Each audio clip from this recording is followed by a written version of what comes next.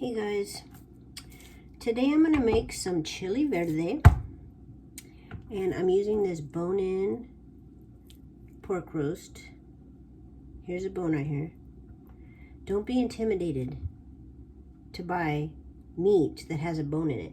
It's cheaper because of course you have to do the cleaning, and it's super easy. So what I'm going to do is take my sharp knife. Got your cutting board. Make sure you got your rag under your board so it doesn't slide around. And the whole trick to deboning anything is to keep your knife as close to the bone as possible while you're cutting down. I can feel it on the inside of my knife because I'm putting the pressure towards where the bone is.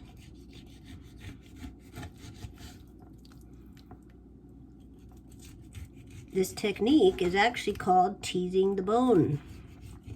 I'm not making this stuff up, it's real. So here's the whole bone right here. And I'm literally just slicing along. Let's go on this side. Follow the back side of this bone.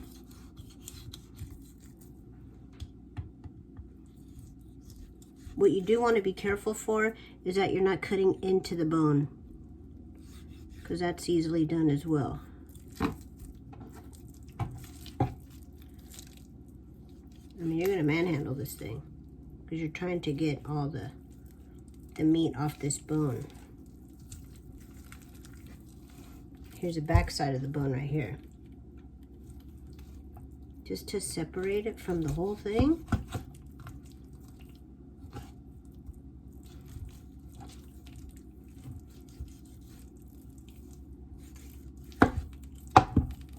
One last piece connecting it right here. There's your roast. I'm gonna take some of that fat cap off because I don't want it in my chili. And again, I'm trying not to take off too much of the meat. Right? Just fat.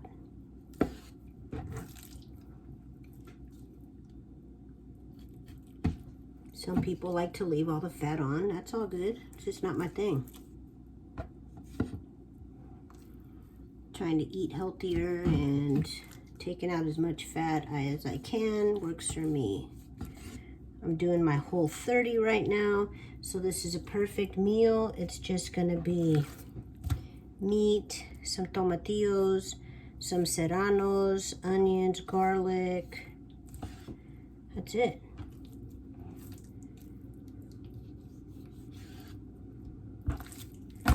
So I'm going to cut this into, let's see, pieces about this size, about 1-inch pieces. And then we're going to brown it up in our pan. And that'll be the first step. So before we do that, I'm coming back to the bone piece. I know there's a lot of meat on here. Something else we like to make is pho. And this bone right here is going to be perfect. So of course I like leaving a little bit of meat on the bone for more flavor. I'm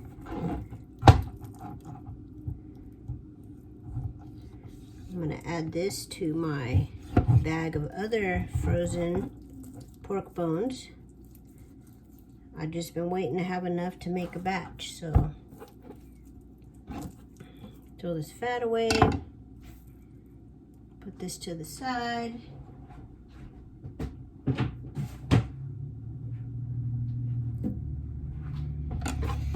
And just cut this up.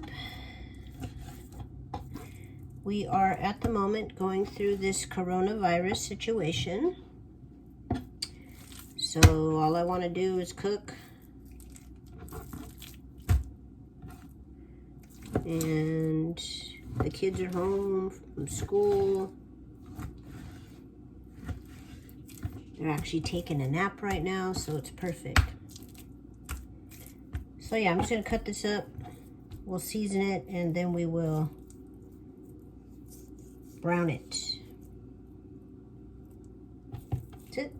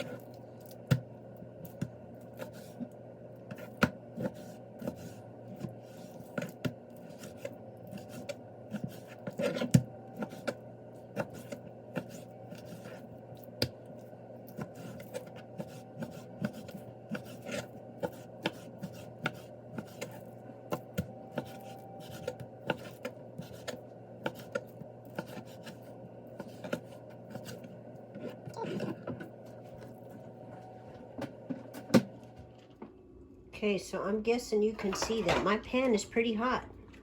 And that's what you want. You want it to be smoking before you add anything to it. Or your food's just gonna soak up the fat in the pan.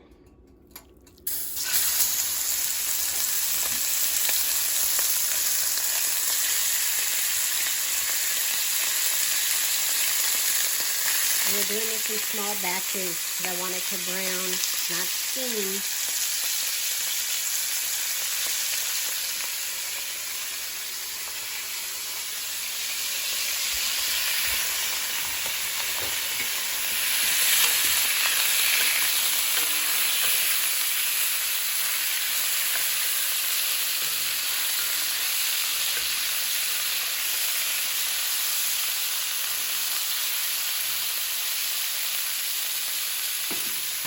And I season as I go. We're building a flavor profile here.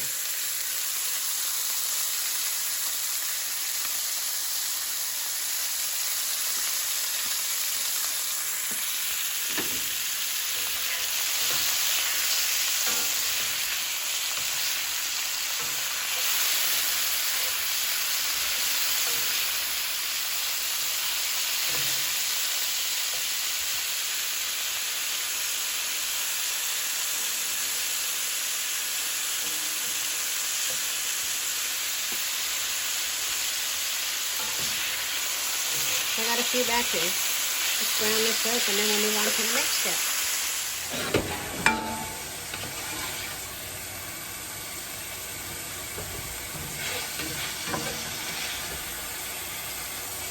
Try not to use your hands, people. Hot food is hot. I have no feelings in my fingers. After almost 30 years in a kitchen, that happens. Not the smartest thing. As Grandma Dee would say, do as I say, not as I do. Alright, all of our meat is browned. Just going to take this all out. Into this pan, we're going to add our tomatillos, onions, garlic, serrano, and pasilla peppers. Okay, so my sauce is going to consist of tomatillos, garlic, onion, a pasilla, a poblano. They are basically two different peppers. However, I'm always calling them either or, and people seem to know what I want. So technically, I'm pretty sure this is a poblano, even though I still call it pasilla. Anyways, I am not boiling this today. I am going to saute in the pan all of this. Save these scraps, guys, when you make chicken stock or chicken broth or any other kind of stock. You can use all of this, especially the skin. It brings some good color to your stock. So, turning my pan back on so I can get it hot again. Whoops, man down. I'm gonna blend this all up, so a rough chop is totally fine. No fancy cuts necessary. Same with my tomatillos. Just gonna quarter them. So the reason I'm gonna saute these is because, as you know, tomatillos are very sour. They're bitter. And in case nobody knew why, underneath the skin is a very bitter substance. It's kind of like its own natural pesticide, so to speak. It's protecting itself with this nasty bitterness, which is why we wash them. You want to get that off. Nobody wants to eat that. I know some people will add sugar to this. Unnecessary. Simple science of foods. Onions caramelize. They are loaded with sugar. Anything with sugar and you saute is going to caramelize. Water evaporates. Fats melt and proteins coagulate. It's just the science of what food does. Okay. I'm also adding my pepper. It's going to have a lot of flavor in here. So we're sprouting for plants right now. And I save these seeds and I let them dry. And I use those to plant from my peppers. We shall find out if it actually works or not. Usually I will char these and peel the skins off, but not for this dish. Okay, so we're going to add all this to the pan. Use it all. Oh, don't forget the serrano.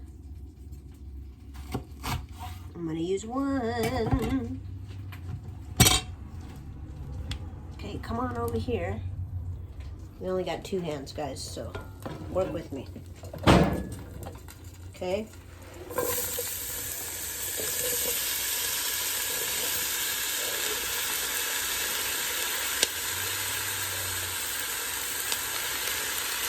Everybody's little. Just stir it up real good. See if we can't get to there. There we go.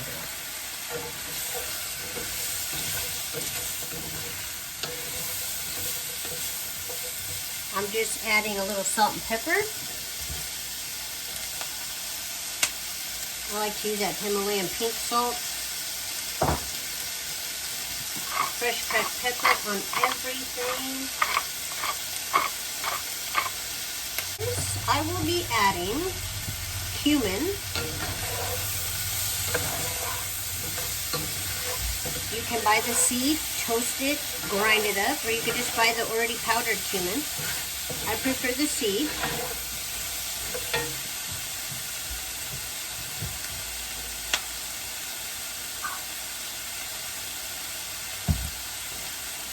This is cumin seed. I don't know if you can see that or not, but toast these up. Don't burn them. You'll start to smell it get toasty. Throw it in your coffee grinder, and there's your cumin.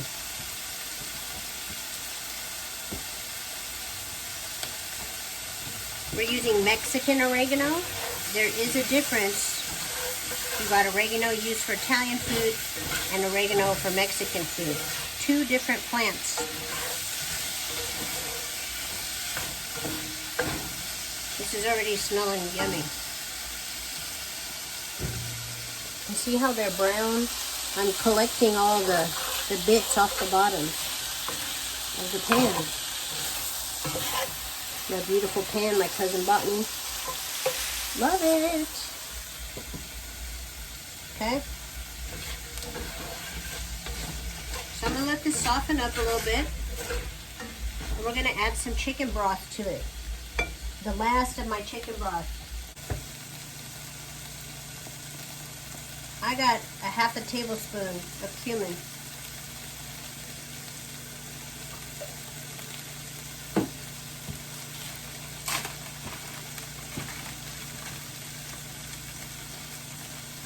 You can buy the oregano, throw it in the oven and just dry it up yourself when you have leftover fresh oregano. This is a good tablespoon.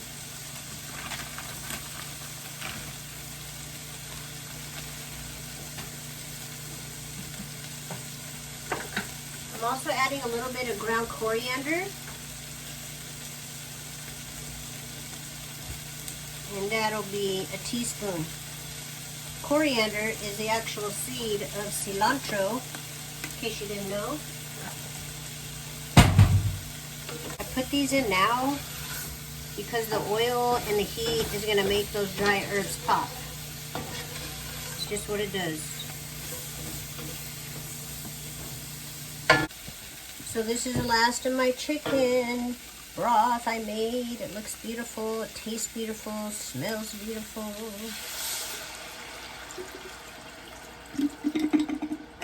And I pulled it out of the freezer, so there's one thing I always use when I'm cooking Mexican food that I'm not using today.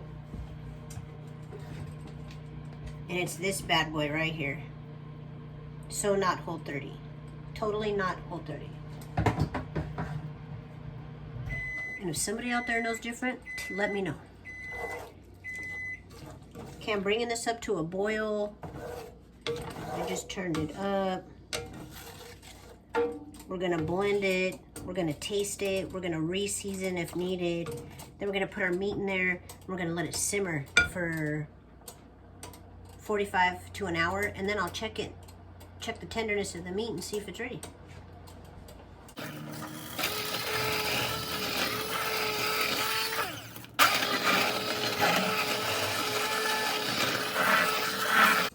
Usually, people, I do this in a pot, and it's a lot easier to blend up without making this big old mess I just made. I'm gonna pour this in the blender, and I'm still gonna mix it.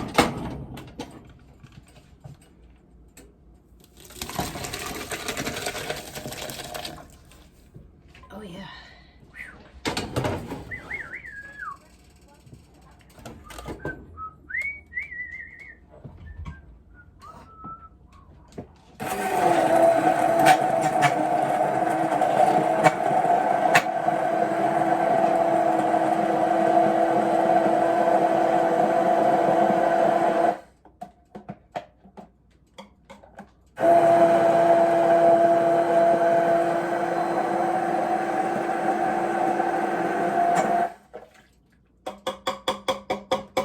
Perfect. All right.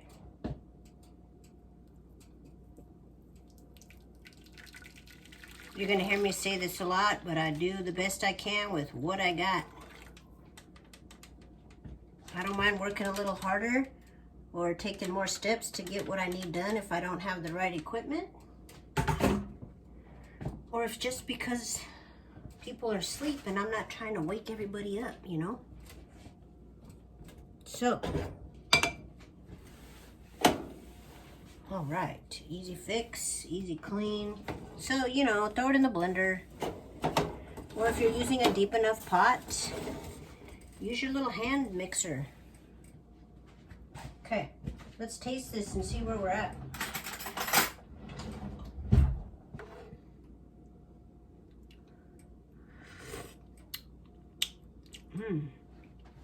Definitely spicy the way I wanted it. It definitely needs salt. Had I used my chicken consomme, it would have been perfect.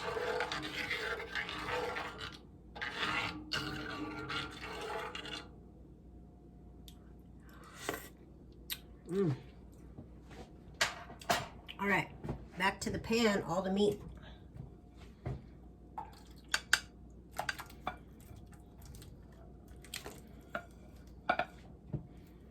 gonna put a lid on this and just let it simmer. It's gonna thicken up. It's gonna be delicious. And we'll come back and check it out in 45 minutes. All right, it's been 45 minutes. This looks really yummy. And let's see how tender the meat is. Not quite where I want it to be. So at this point, I'm gonna leave the lid off. So I simmered it, I brought it to a boil, and then I simmered for 45 minutes with the lid on. So like I was saying earlier, water evaporates. So as long as you see steam coming up, this sauce is evaporating. So if we leave the lid off, it will continue to evaporate, which is actually reducing, which will cause it to thicken to some degree. And that's what I want. So we're gonna let this go. And come back in another 15. All right.